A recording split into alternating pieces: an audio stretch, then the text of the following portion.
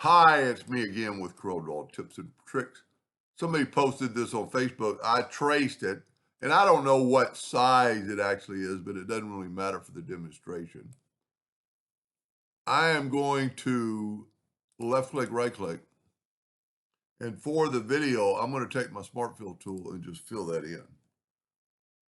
Now I'm going to nudge it out of the way, and I'm going to left click, right click. I'm going to do it in red. I'm going to go up to Object and break the curve apart just to get rid of that number. You don't have to hit your calculator. And then take this, get your shape tool. Well, a lot of nodes. Probably there won't be that many nodes in the original. And I'm going to right click, break apart on that corner node. And I'm going to right click on that corner node. So I'm breaking it apart.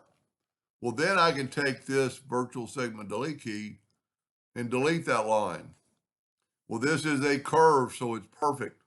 Well, it's not perfect because of all the nodes. But then if you go to Windows, Dockers, and Properties, you'll see this squiggly line, which means curves.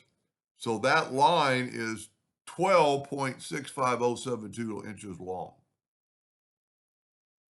And that's exactly. So you could put in there that is, 12 point, you see, go up here to properties, hit that. 12.65 would be a good rounded off number. Anyway, I hope that helped them a little bit. Thank you for watching.